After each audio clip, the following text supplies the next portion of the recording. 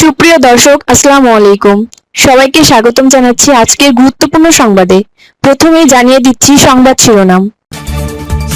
ইরানে গ্রেপ্তার বিক্ষোভকারীদের শাস্তির প্রক্রিয়া শুরু। এদিকে গাজায় ছড়িয়ে পড়ছে ভয়াবহ ভাইরাস। অপরদিকে গ্রিনল্যান্ড যুক্তরাষ্ট্রের অংশ, ট্রাম্প। আরও থাকছে খামেনিকে নুরেমবার্গের মতো বিচার করবেন রেজা পাহলভি। এবং সবশেষে থাকছে ম্যাক্রোকে ক্ষমতাচ্যুত করার হুঁশিয়ারি দিলেন ট্রাম্প। শুনছিলেন সংবাদ শিরোনাম, এখন বিস্তারিত। তার আগে ছোট্ট একটি আবেদন, যদি আপনি ন্যায় ও মানবতার পক্ষে থাকেন লাইক দিন। গাজার শিশুদের ভালোবাসা দেখাতে চাইলে কমেন্টসে লিখে জানান গাজায় শান্তি চাই। আর সাবস্ক্রাইব করুন আমাদের চ্যানেলটি, কারণ আমরা বলি সেই কথা যা অনেক মিডিয়া আড়াল করে।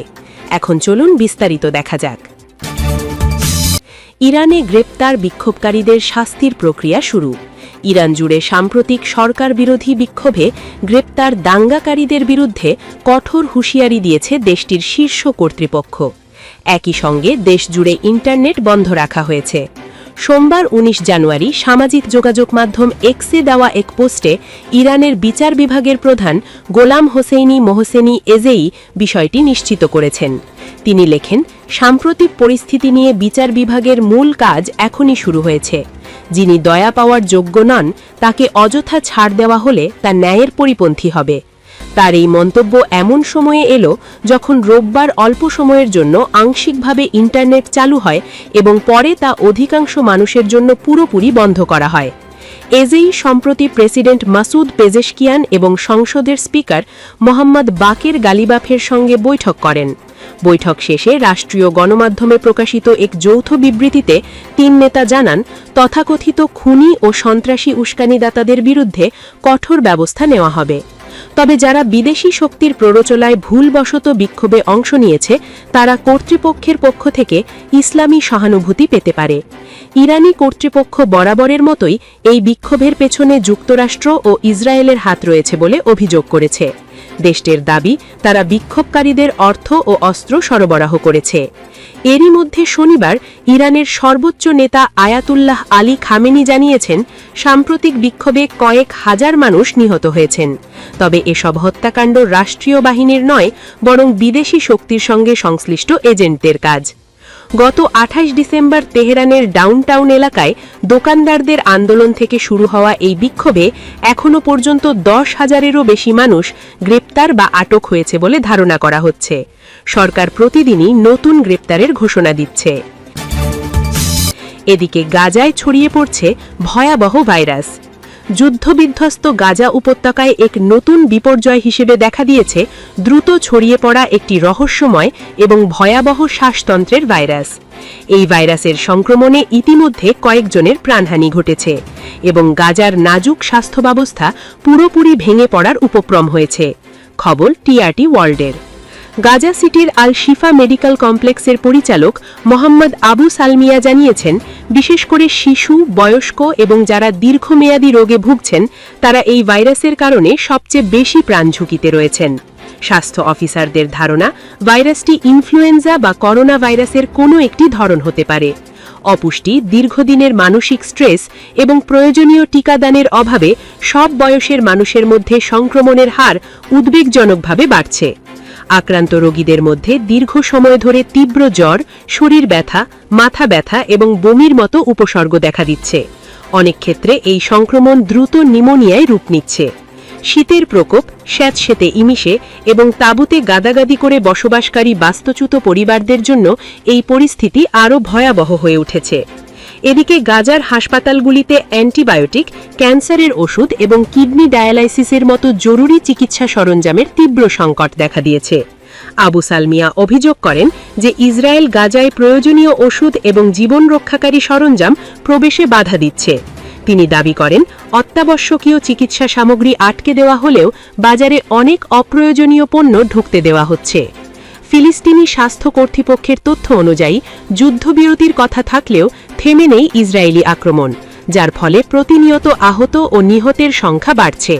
এমতাবস্থায় গাজার এই অভূতপূর্ব স্বাস্থ্য বিপর্যয় মোকাবেলায় জরুরি ভিত্তিতে ওষুধ এবং ল্যাবরেটরি সামগ্রী সরবরাহে আন্তর্জাতিক সম্প্রদায়ের জোরাল হিষ্ঠেপন কামনা করেছেন চিকিৎসকরা।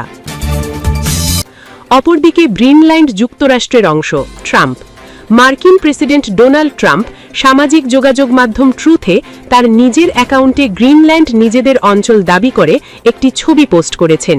সোমবার ১৯ জানুয়ারি পোস্ট দেওয়া ছবিতে দেখা যায় গ্রিনল্যান্ডের মাটিতে আমেরিকার পতাকা হাতে তিনি দাঁড়িয়ে আছেন। ছবির সামনে একটি প্ল্যাকার্ডে লেখা ছিল, গ্রিনল্যান্ড মার্কিন অঞ্চল, প্রতিষ্ঠিত ২০২৬। ছবিটিতে তার পাশে মার্কিন পররাষ্ট্রমন্ত্রী মার্কো রুবিওকে এবং ভাইস প্রেসিডেন্ট জেডি ভ্যান্সকে দাঁড়িয়ে থাকতে দেখা যায়। এর আগে আরেকটি ছবি পোস্ট করেন। ছবিটি ২০২৫ সালের অগাস্টে তোলা একটি সম্পাদিত সংস্করণ, যেখানে ইউরোপীয় নেতারা ভ্লাদিমির পুতিনের সঙ্গে ট্রাম্পের ফোনালাপের জন্য ওয়াশিংটন সফর করেছিলেন। এছাড়াও ছবিতে উপস্থাপনা বোর্ডটি এমনভাবে পরিবর্তন করা হয়েছে যাতে উত্তর আমেরিকা, কানাডা ও গ্রিনল্যান্ডকে একটি মার্কিন পতাকা দিয়ে ঢেকে রাখা হয়েছে। মূল ছবিটি ইউক্রেন সংঘর্ষের সম্মুখরেখাকে চিত্রায়িত করে। উল্লেখ্য, ডেনমার্কের স্বায়ত্তশাসিত অঞ্চল গ্রিনল্যান্ডকে সরাসরি দখল বা কিনে নেওয়ার জন্য ক্রমাগত চাপ দিচ্ছেন ডোনাল্ড ট্রাম্প। জাতীয় নিরাপত্তার স্বার্থেই গ্রিনল্যান্ড প্রয়োজন বলে দাবির পর এমন ছবি পোস্ট করে নিজের বার্তার উপর আরও জোর দিলেন তিনি। আরও থাকছে, খামেনিকে নুরেমবার্গের মতো বিচার করবেন রেজা পাহলভি। জার্মানির নুরেমবার্গের নাৎসি যুদ্ধাপরাধীদের যেভাবে বিচার করা হয়েছিল, ঠিক তেমনভাবে ইরানের সর্বোচ্চ নেতা আয়াতুল্লাহ আলী খামেনিকেও বিচারের মুখোমুখি হওয়ার হুঁশিয়ারি দিয়েছেন দেশটির নির্বাসিত প্রিন্স রেজা পাহলভি। খবর জেরুজালেম পোস্টের। প্রতিবেদনে বলা হয়েছে, সাম্প্রতিক সরকার বিরোধী বিক্ষোভ দমনে রক্ত ঝরিয়েছেন খামেনি। একটি খোলা চিঠিতে পাহলভি খামেনিকে ইরান বিরোধী অপরাধী বলে অভিহিত করেছেন। পাহলভি বলেন, তার হাতে হাজার হাজার ইরানির রক্ত। গণমাধ্যমগুলির মতে বিক্ষোভ দমনে নিরাপত্তা বাহিনীর অভিযানে অন্তত ৪,০২৯ জন নিহত হয়েছেন। এক্স শাক্তার টুইটার আরবি ভাষায় পোস্ট করা ওই চিঠিতে পাহলভি লেখেন, আপনি আপনার শাসন ব্যবস্থা এবং আপনার সকল ভাড়াটিয়া বাহিনী প্রত্যেক ফোঁটা রক্তপাতের জন্য জবাবদিহি করবেন, কোনো ব্যতিক্রম ছাড়া। আমরা ক্ষমা করি না, ভুলি না, পিছু হটি না। যেমনভাবে নাৎসিকরভিরা নুরেমবার্গে বিচার ও শাস্তি পেয়েছিল, তেমনি আপনাদেরও ইরানি জাতির আদালতে বিচার হবে। রেজা পাহলভির পিতা শাহ মোহাম্মদ রেজা পাহলভি দীর্ঘ স্বৈরাশাসনের পর ১৯৭৯ সালের বিপ্লবে ক্ষমতাচ্যুত হন। চিঠিতে নির্বাসিত এই রাজপুত্র ইরানের জনগণকে নিজেদের ওপর বিশ্বাস রাখতে এবং ঐক্য ও সাহস বজায় রাখতে আহ্বান জানান। ইরানিদের উদ্দেশ্যে পাহলভি লেখেন, আমার সাহসী সন্তানেরা, শোকার্ত কিন্তু দৃঢ় প্রতিজ্ঞ ভাই বোনেরা, তোমরা একা নাও। তোমাদের দৃঢ়তা ইতিহাস পরিবর্তন করেছে। তোমরাই স্বাধীনতার অগ্রভাগে দাঁড়িয়েছ। এই শাসনের পতন শুরু হয়ে গেছে, তাদের শক্তি ক্ষয় হয়ে গেছে। চিঠির শেষাংশে পাহলভি বলেন, চূড়ান্ত বিজয় পর্যন্ত এই সংগ্রাম কেবল জাতীয় দায়িত্ব নয়, এটি স্বাধীনতার পথে শহীদদের রক্তের সঙ্গে করা অঙ্গীকার।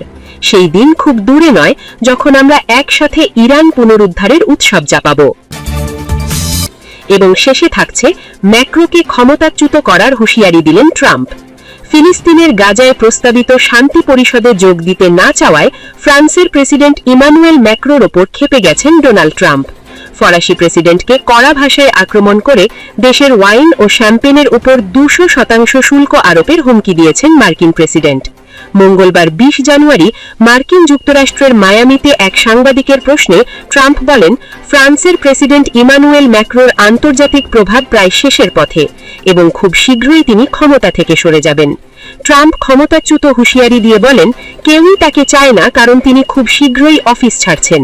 যদি তারা শত্রুতামূলক আচরণ করে, তাহলে আমি তার দেশের ওয়াইন ও শ্যাম্পেনের ওপর ২০০% শুল্ক বসাবো। মার্কিন প্রেসিডেন্ট পরে বলেন, শুল্ক বসালে তখন নিজেই বোর্ডে যোগ দেবে, না যোগ দিলেও সমস্যা নেই। ফ্রান্সের আইন অনুযায়ী এমনিতেই প্রেসিডেন্ট ম্যাক্রো তৃতীয় মেয়াদে নির্বাচন করতে পারবেন না।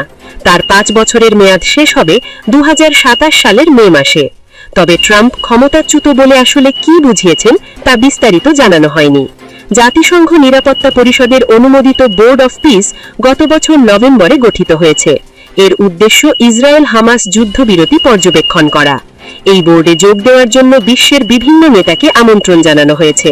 তাদের মধ্যে রয়েছেন রাশিয়ার প্রেসিডেন্ট ভ্লাদিমির পুতিন, ব্রিটিশ প্রধানমন্ত্রী কিয়ার স্টারমার, আছে ভারত, পাকিস্তান, তুরস্ক ও মিশরের মতো দেশ। এদিকে গ্রিনল্যান্ড ইস্যুতে যুক্তরাষ্ট্রের সঙ্গে দূরত্ব বাড়ছে ইউরোপের। গত শুক্রবার ট্রাম্প বলেন, ইউরোপীয় নেতারা থাকুক বা না থাকুক, যুক্তরাষ্ট্র গ্রিনল্যান্ডের নিয়ন্ত্রণ নেবে, কারণ এটি বিশ্ব নিরাপত্তার জন্য প্রয়োজন। তিনি গ্রিনল্যান্ডের নিয়ন্ত্রণ না পাওয়া পর্যন্ত যুক্তরাজ্য সহ 8টি ইউরোপীয় দেশের ওপর সর্বোচ্চ 25% শুল্ক আরোপ করবেন। তবে বিষয়টি ভালোভাবে নেয়নি ইউরোপের দেশগুলি।